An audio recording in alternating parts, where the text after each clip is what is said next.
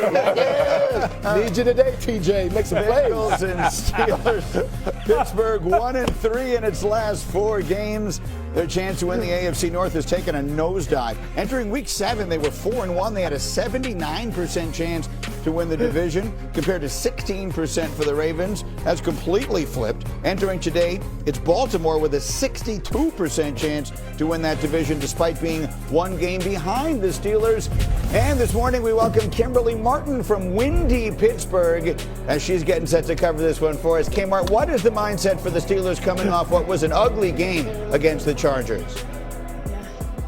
Well, Greeny, I can tell you for one thing, Aaron Rodgers doesn't want to hear all that negativity you were just talking about the division chances and all that. He called that Sunday night performance a, quote, stinker, but he said we don't have to panic.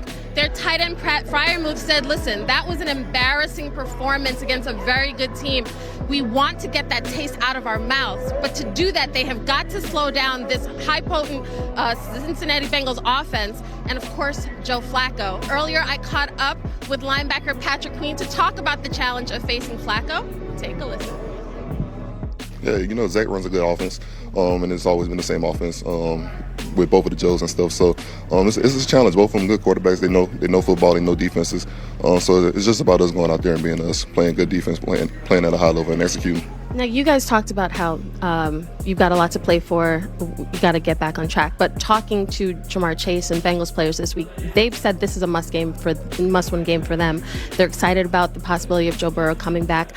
As a defense, how critical is it for you guys to set the tone early and make sure that you don't let them sort of have their way early? Yeah, that's what we get paid to do, is set the tone. Just have fun going out there playing physical football, letting them know it ain't gonna be easy.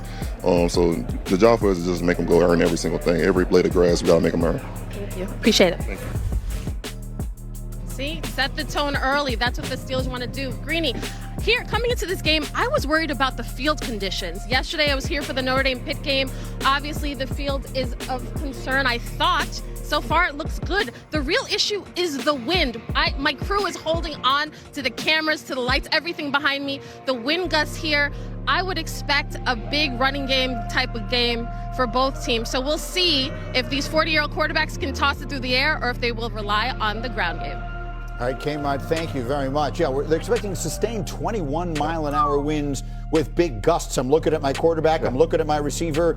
We've got 2 big-armed quarterbacks in this game. How much of a factor is that condition? 20-mile-an-hour winds is significant. It's not nothing. Definitely will affect the pass game. But listen, like Kmart said it, I mean, these quarterbacks are 100 years old each. They've both played in a lot of cold weather games. Think about where both these guys have been, and they can both still spin it. So I expect them, obviously, as veterans, to be able to navigate it a little bit. You know, I agree with Alex. They've been around long enough. They've been in a lot of conditions. But if there's one quarterback I'm looking at in this condition, it has to be Joe Flacco. And the reason why is because of the success that he had last game against the Pittsburgh Steelers.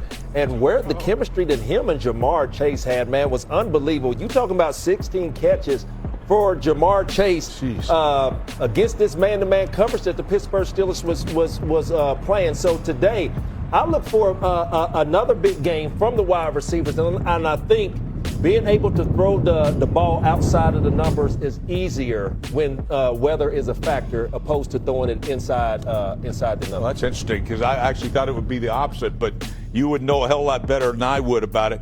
The thing is, yes, I understand. My wife just said that Pittsburgh, you mentioned, quit playing all that dang man coverage, all right? And here's why. Like, everybody knows except them. Like, you got Joe Flacco just got, out there. One thing we know, you can't cover Chase and you can't cover Higgins. No. All right, in man coverage. And here's the other thing. Alex, is it me or what? Like, it's a heck of a lot easier to pick your matchup versus man coverage when you know it than you got to decipher what zone that they're in. Yeah. So to me, his average throw time last time they played, 2.4 seconds. Like, I don't care if you got T.J. Watt, Cam Hayward, or anybody else, Joe Green, rushing the passer. You're not going to get there in 2.4 seconds. Yeah. So what they have to do, they got to flip that defensive script, go multiple coverage schemes, and make it cloudy on Joe Flacco. And what's got to help him is, there's no Highsmith today, so Herbig, who's been a great productive rusher for them this year. You saw T.J. Watt.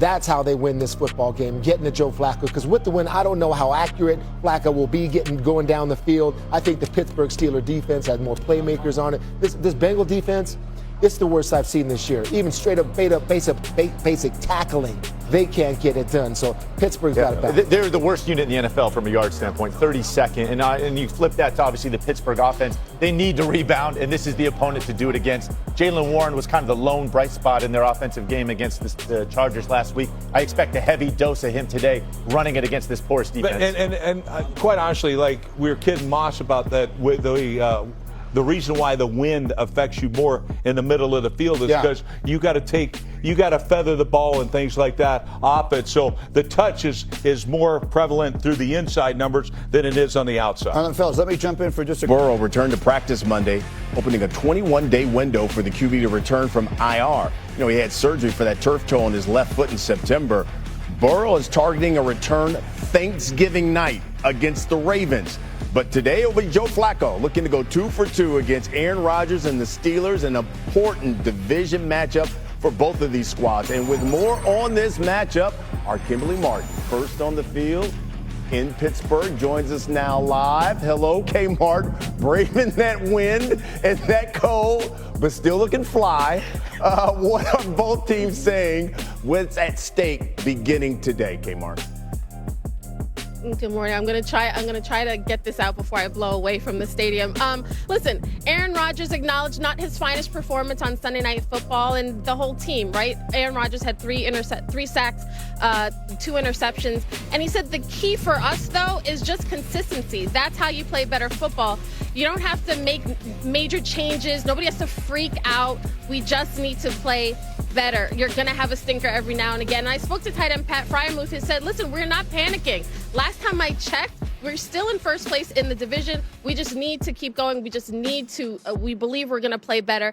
But the funny thing is, the Bengals also believe that they have a lot to play for. I talked to Jamar Chase this week, who is ecstatic that Joe Burrow is back on the practice field. And he said, listen, honestly, we believe that we can get to the AFC Championship still, despite their record. There's a lot of buzz in this building all week with Joe getting to practice. Jamar told me Wednesday was the first day that him, T. Higgins, and Joe Burrow were able to kind of go full speed together. Right now, Joe isn't doing 11 on 11s. But I asked Jamar, how does he look? And he said, I'm going to be honest, he looks as good as ever. When we're on the field, magic happens. Wow. Yeah, listen, although the Bengals, they've won 2 straight over Pittsburgh, Steelers currently 5.5-point favorites against those Bengals. Kimberly Martin, go get warm. Thank you. To say ahead of this big matchup. Yeah, let's talk about the Philadelphia Eagles, Brian. 7-2, number 1 seed in the NFC, coached by Nick Sirianni.